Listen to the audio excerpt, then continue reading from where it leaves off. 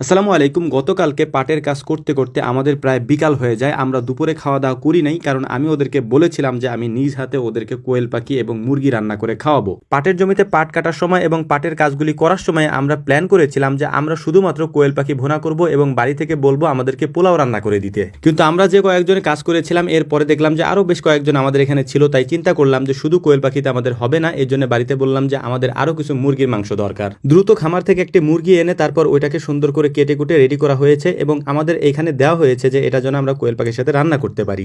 দেখতে দেখতে প্রায় সন্ধ্যা হওয়ার উপক্রম, কারণ আমাদের কাজ সেরে আসতে আসতেই বিকাল হয়ে গিয়েছে। এই জন্যই মূলত কাজগুলি আমরা দ্রুত করার চেষ্টা করছিলাম। আমাদের সময় বেশি লাগবে না, কারণ হচ্ছে আমাদের শুধু মাংসটাই রান্না করতে হবে, আর বাকি যা রান্না করার তা তো বাড়ি থেকে রান্না করেই রেখেছে। এই জন্যই মূলত আমাদের দ্রুত এটা হয়ে যাবে ইনশাআল্লাহ। আমরা সেটাই করার চেষ্টা করছিলাম। আমরা যেহেতু অনেক লোকজন একসাথে মিলে কাজ করি, এ কারণে কোনো কিছু রান্না করতে হলে আমাদের বেশি করে রান্না করতে হয়। এর পাশাপাশি আমরা রান্না করার পর এমনিতেই 2-4 জন মেহমান আমাদের এখানে থাকে, তো সব মিলিয়ে আমাদের রান্নাটা একটু বেশি করতে হয়। আর যেহেতু আমাদের কাজগুলি ইদানিং একটু পরিশ্রমের কাজ, কারণ খামারের কাজের পাশাপাশি বাহিরের কাজ বা কৃষি কাজ যদি আমাদের করতে হয় তাহলে ওই কাজগুলি আমাদের জন্য একটু বেশি পরিশ্রমের হয়ে যায়, কারণ খামারের কাজগুলি শেষ করে দেন তারপরে ওই কাজগুলি করতে হয়। আবার দেখা যায় যে ওই কাজগুলি করে এসে তারপর খামারের কাজগুলি করতে হয়, আমাদের জন্য একটু কষ্ট হয়ে যায়, যে কারণে খাওয়া দাওয়া আমাদের একটু বেশিই করতে হয়। তো যাই হোক, আলহামদুলিল্লাহ আমরা প্রথমে মাংসগুলিকে ভেজে নিচ্ছিলাম, অর্থাৎ মুরগির মাংসগুলি, এর পাশাপাশি কোয়েলের মাংসগুলিকে হালকা করে একটু ভেজে নিচ্ছিলাম। মাংসগুলিকে সুন্দর করে ভেজে নেওয়ার পর মশলা দিয়ে এটাকে আমরা ভুনা করে নিব। তারপর মূলত আমাদের যে আরো খাবারগুলি রয়েছে, মানে পোলাও বাড়ি থেকে রান্না করে রেখেছে, এর পাশাপাশি পাতলা ডাল আমরা রান্না করতে বলেছিলাম, কিন্তু ডাল আর পাতলা হয় না, ঘন ডালি রান্না করে রেখেছে।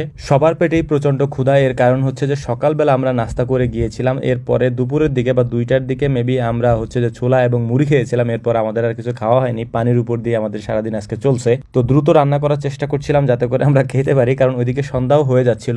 এরকমই হয় যখন সকালবেলা আমরা খাওয়া দাওয়া করে তারপর কাজে চলে যাই, এরপর যদি আমাদেরকে ফিরে এসে আবার রান্না করতে হয় তাহলে সন্ধ্যা হয়ে যাবে, এটাই স্বাভাবিক, কারণ সারাদিন কাজ করতে হয়। সেক্ষেত্রে বিদেশে যারা থাকে বা প্রবাসে যারা থাকেন তাদের কষ্টের কথা আমাদের মনে পড়ে, কারণ সারাদিন কাজ করে এসে তারপর নিজেদের রান্না করতে হয়। এটা আসলে অনেক কষ্টকর একটা ব্যাপার, কারণ এটা আমরা বুঝি। আমরা যেহেতু সারাদিন কাজ করে এসে মাঝে মাঝে এরকম রান্না করি, দেখা যায় যে আমাদের খেতে খেতে প্রায় সন্ধ্যাই হয়ে যায়। আমরা তো মাঝে মাঝে করি, তাই আমরা হয়তো এই কষ্টটা তেমন একটা বুঝি না, কিন্তু রেগুলার যাদের এই কাজগুলি করতে হয়, অর্থাৎ প্রবাসে যে ভাইরা আছেন তাদের যেহেতু রেগুলার এই কাজগুলি করতে হয়, তো ওনাদের কষ্টটা আসলে আমাদের থেকে অনেক বেশি। তো যাই হোক, আলহামদুলিল্লাহ আমাদের রান্না বান্না শেষ হয়ে গিয়েছে। যেহেতু পোলাও আগে থেকে রান্না করা ছিল বা রান্না করে রেখেছিল, আমরা বাকি খাবারগুলি রেডি করেছি এখানে। তো সবাই একটা চট বিছিয়ে সুন্দর করে বসে পড়েছি এবং আমাদের খাবারটা আমাদের সামনে পরিবেশন করার জন্য একজনে খাবারগুলি বেড়ে দিচ্ছিল আমাদেরকে। দেখতে দেখতে প্রায় সন্ধ্যাই হয়ে গিয়েছে, মাগরিবের আজান হয়তো একটু পরে দিবে, তাই আমরা দ্রুত করে খাওয়া দাওয়া শেষ করে এখান থেকে ওঠার চেষ্টা করছিলাম। কারণ হচ্ছে যে বাকি অনেক কাজই আমাদের এখনো পর্যন্ত রয়ে গিয়েছে। সারাদিন তো বাইরের কাজ করছি, খামারের অনেক কাজ এখনো বাকি রয়েছে, তাই মাগরিবের পরে ইনশাল্লাহ সেগুলি করার চেষ্টা করব। তো আপনারা আমাদের জন্য দোয়া করবেন যেন আমরা এই কাজগুলি সুন্দরভাবে করতে পারি, এবং